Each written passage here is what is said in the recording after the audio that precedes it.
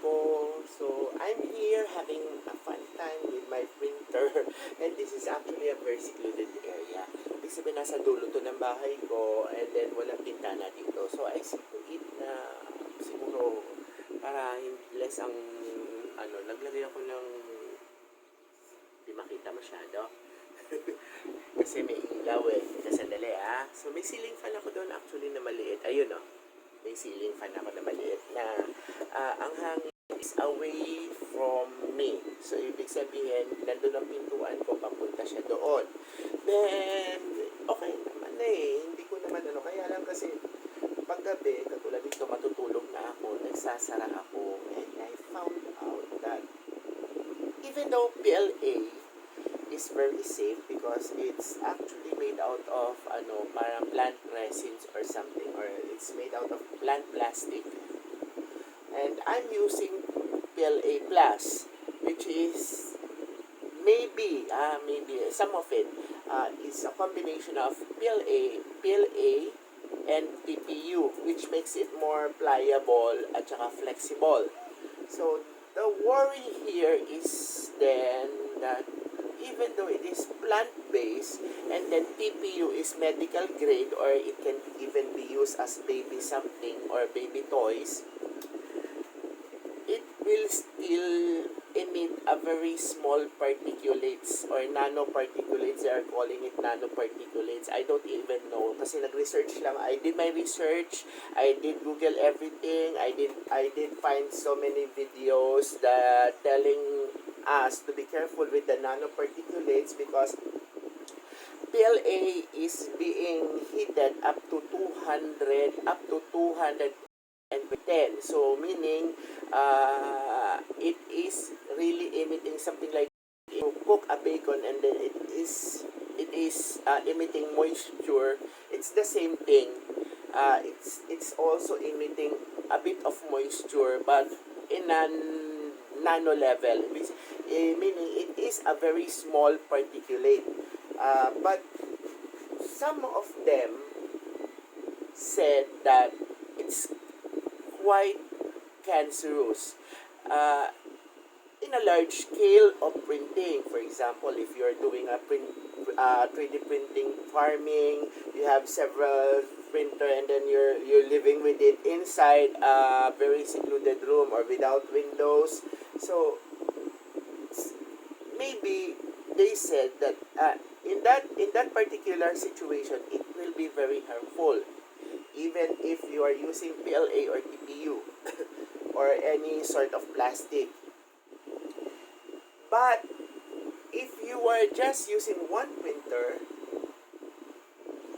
maybe it is a little bit safer if it is only one. But even though I'm not taking the risk, and I have my asthma, Lola is suffering from asthma, and I'm not going to take the risk of having another attack because of the printer. Although the fan, I think, is really functioning well because the first time I put up this printer and put up my first print, I can smell something. It is a sweet, it's just like when somebody is using his vape, it's the same thing. The burning something with the filament. You can really appreciate it. It is such as like it's a burning sugar.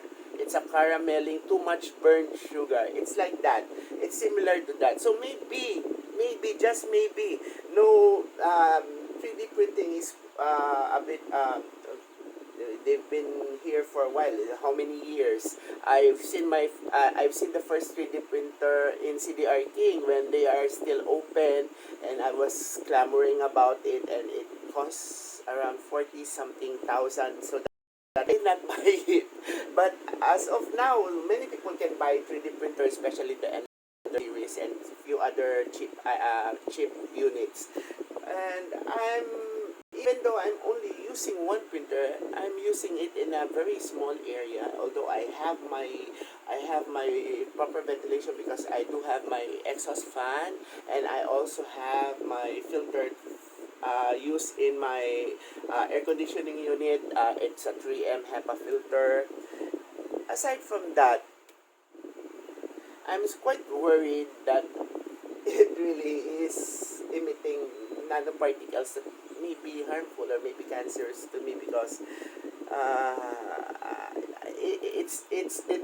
you cannot just take it away that will get paranoid,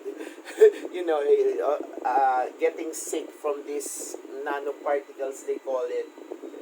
I don't know. But anyway, the reason why I'm doing this video is the things that I did in order for me to prevent this from happening, especially now it's already nighttime and it's already 2 a.m. and the printer is just near my laptop and I'm always here. This is actually my work area and all the fumes are emitted here. But I guess the fan on top, the ceiling fan on top that is blowing the air towards there is helping a lot. But I'm still not taking the risk because when I close my door, it will be already the exhaust fan that's functioning, and then the air conditioner will also function as well. But I'm not actually taking the risk. So I actually bought this one because of the pandemic. It's a filter, but it has a flaw because the ionizer is not included. So I actually complained with the store I bought it, and then they refunded me, and I just kept it because I guess it's not functional without the ionizer at the center. But anyway, it has a HEPA filter like this. So, and it's a very slim type of filter, and I guess it's really functioning. The filter part is really functioning.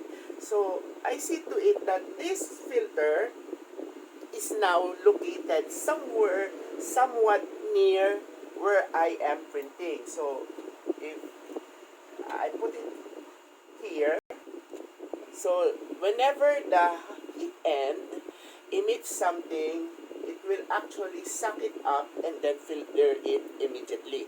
So I'll stop my worrying about those nanoparticles because HEPA filter is actually capable of filtering nanoparticles.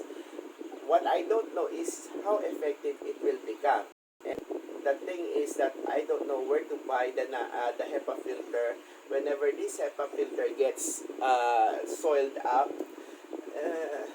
But at least as of now, it can help, I guess, because it's near the printer, it's especially the heat end, and whatever nanoparticle is there will be filtered out by this one. So we have to be careful.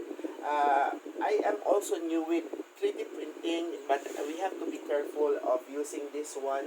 And I'm planning to have another one of this, but with the ionizer.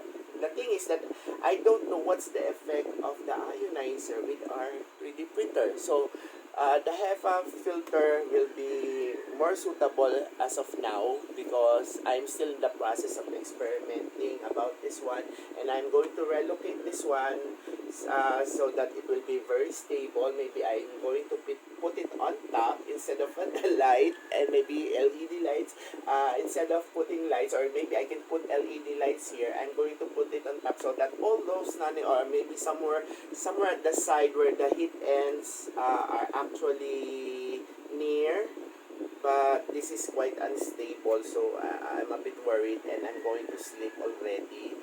And maybe for the meantime I can put it there, but as time goes by maybe I can just relocate it somewhere else. But the heat end is specifically, especially these two fans, it should get near the filter so that those nanoparticles will be absorbed immediately. But anyway guys, I hope you learned something. I hope na Lola gives you something na it's the best advice I can have, especially I'm worried about my health, and you should also worried about yours even though it's not yet scientifically proven. Prevention is better than cure. Okay? Thank you guys and have fun with your printer. Never stop printing. Just have a well-ventilated room. Get all those type of filters, USB filters or anything. Put it near the printer, and if you only have one, it's fine. But if you're going to put up a farming printer, 3D printing farming, I guess you should have a separate room and a well-ventilated place. Okay, guys, thank you so much and please subscribe to my channel. Huwag niyong pababayaan ng Lola. Maraming salamat!